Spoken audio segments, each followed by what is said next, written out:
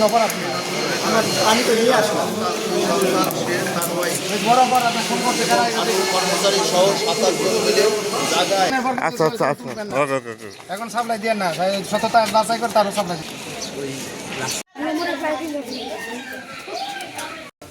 সেন্ডটা মনে হয় নিয়ে গেছে বুঝছেন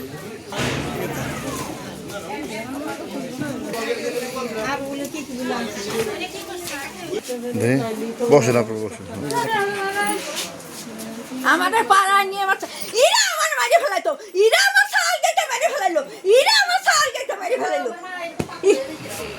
ইরা আমার সাল কেটে মেরে ফেলাইলো ইরা আমার সোনার বাটা কেটে মেরে ফেলাইলো ঘটলো এটা কি আপনি সচক্ষে দেখছেন? জি আমি সচক্ষে আচ্ছা কি নিয়ে ঘটনা ঘটছে এটা সম্পূর্ণ জানেন আপনি? কি নিয়ে ঘটনা ঘটছে ওনার মারকে আমি পরে জানলাম ওনার মার কাছ থেকে উনি বললেন যে আমার ছেলে ঘুমাইছে ফজরের নামাজ পড়ে ও অনেক আমল করে ঘুমাইছে তো ও ঘুমাইতে পারে না শব্দে তখন ওনারা এসে ওই ঝগড়া বাঁধানোর জন্য শব্দ করতেছে তখন উনি নাকি বলছে যে আমার ছেলেটা মাত্রই ঘুমাইছে তোমরা শব্দ কইরো না এই এক কথা দুই কথা নিয়ে লাগিয়েছে তখন আমি ঘুমছিলাম ঘুম থাকার পরে অনেক চিৎকার ওদের বাড়িতে শুনি তখন আমি আমার ছাদে চলে যাই ছাদে চলে যাওয়ার পর তখন ওই ছেলেটার মা শুধু বলতেছে বাবা তুমি যাই না তখন দেখলাম যে ওদের চিৎকার হয়েছে তারপর আমি আমার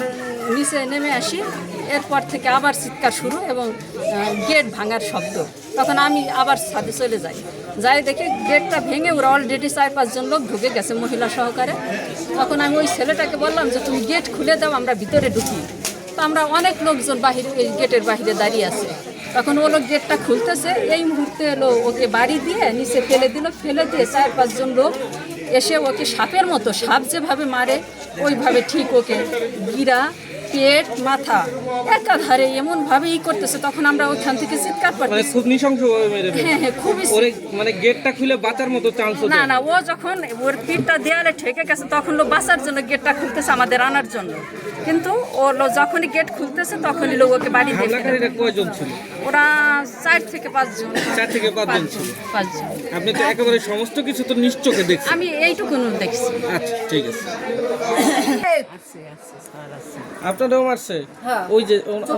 চোখের অবস্থা খারাপ রক্ততে মুখে মাথায় গেছে সবাই এসে মুছাই দিছে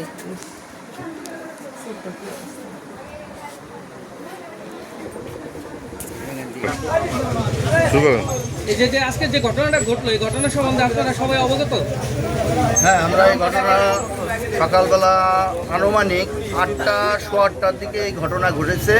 আমরা শুনে আমরা দুঃখিত যে এত বড় একটা ঘটনা ঘটে গেল এই ঘটনার আমরা নিন্দা জানাই এবং প্রতিটা আসামিকে আমরা অ্যারেস্ট চাই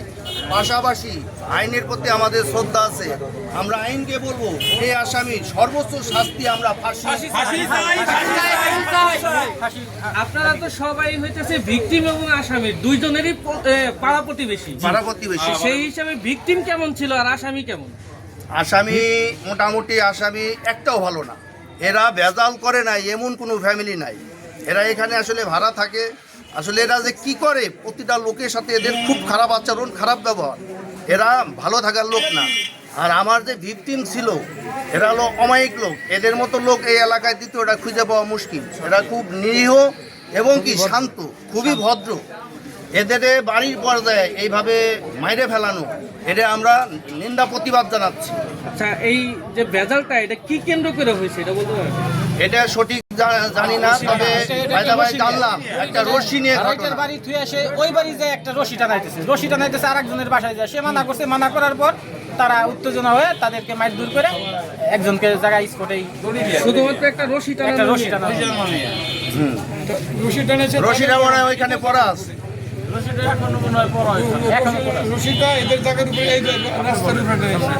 আর এর যে ওয়াইফের এই আমরা 10-12টা সালিশ করছি জেনে শুনে ভেজাল লাগে অনেক খারাপ।